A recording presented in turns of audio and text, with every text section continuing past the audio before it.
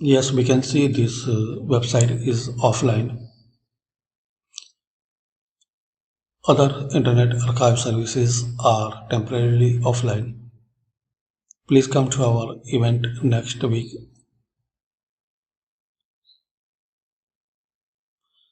So there are no option to open and to visit this website.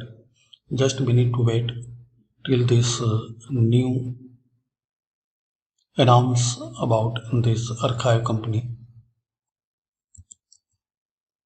If you change any browser or if you clear the cache, you will see the same message, and it's now official website. So just we need to wait, and once this open and it's working, so I will create a new video and I will inform about once it's online.